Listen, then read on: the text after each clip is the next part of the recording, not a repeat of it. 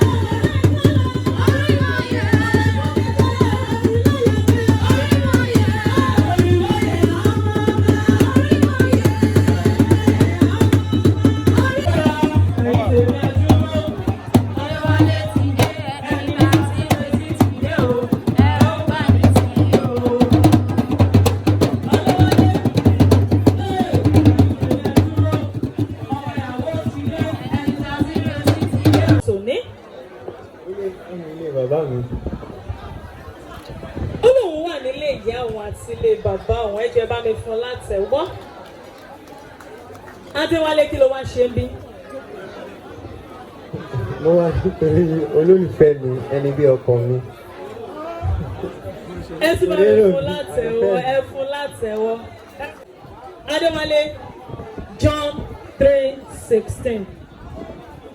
For God so loved the world that he gave his only begotten Son, that whosoever believeth in him will not perish but have everlasting life. Ẹ jẹ́ bá fọ́kọ ìyàwó látẹ̀wọ́. Ẹni wípé ó wà spiritually filled. Bẹ́ẹ̀ni o. Kọ́lá ṣe borí o, ṣe borí. Ó yẹ máa dùn bí nítorí Bùkọ́lá Abíọ́lá ọmọ Fágbọ́wọ́. Olúbùkọ́lá ṣe borí o, ṣe borí. Bí a ṣe é jù nítorí rẹ̀. Ṣe borí. Bí a ṣe é jù nítorí rẹ̀. Àdánmà.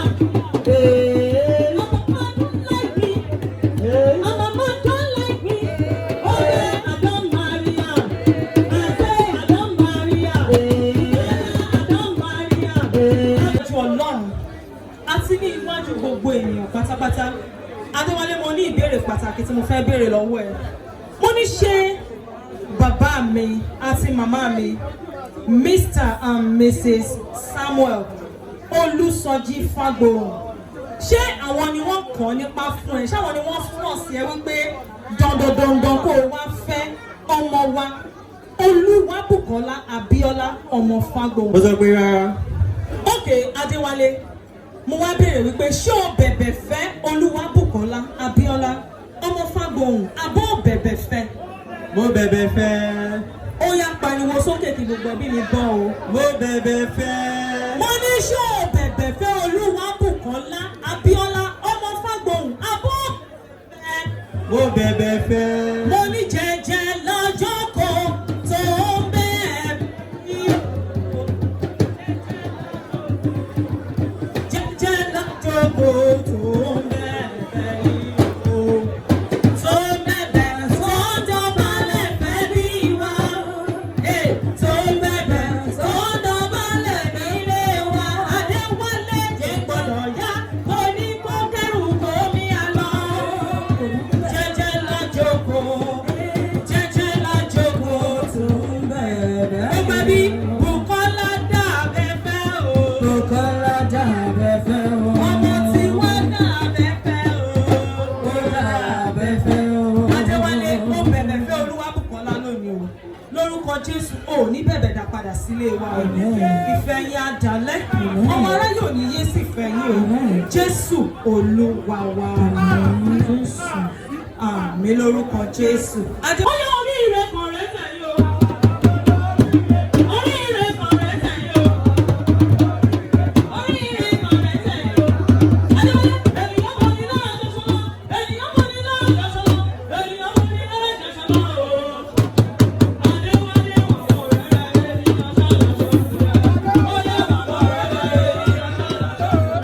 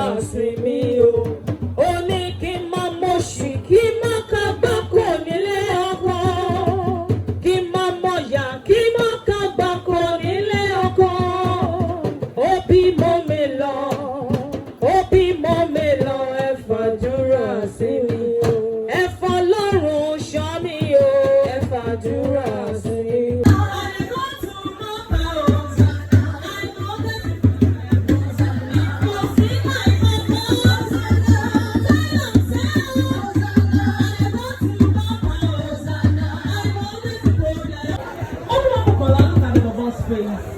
We are supposed to Adewale, calm down. I'm coming out. Adewale, calm down. I'm coming out. Alright. Olúwabùkọ́lá, mo fẹ́ kí o pe àwọn orúkọ mẹ́ta tí o sì nínú birth certificate Adewale. Tó jẹ́ wípé ìgbọ̀n ló sọ orúkọ tó máa ń pè é sexy name. My baby. Only my baby. My bye-bye. My sweetheart. My sweetheart. And finally, my sweetie. My sweetie. Lórúkọ Jésù. Nítorí onímọ̀ ní ìfẹ́. Ẹ̀ka máa rí ra yín nínú yá máa tẹ̀sí ọ̀rẹ́ lẹ́lẹ̀. Ó yà máa ṣàkóso wípé obìnrin ni mí.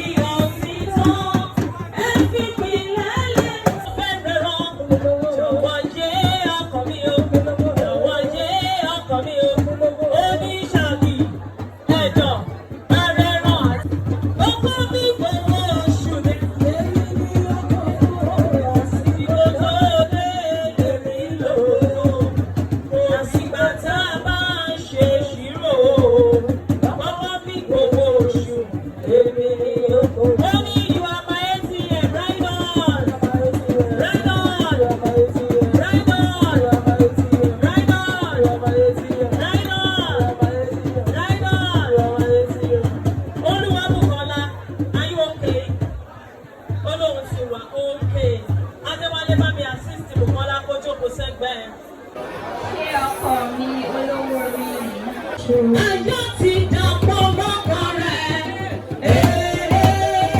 Ọkọ ti dàpọ̀ mọ́yà rẹ̀. Wọ́n ti dọ̀kan ṣoṣo.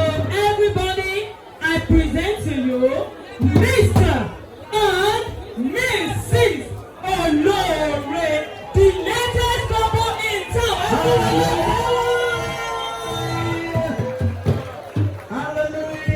Thank you for choosing Ogeayo Weddings.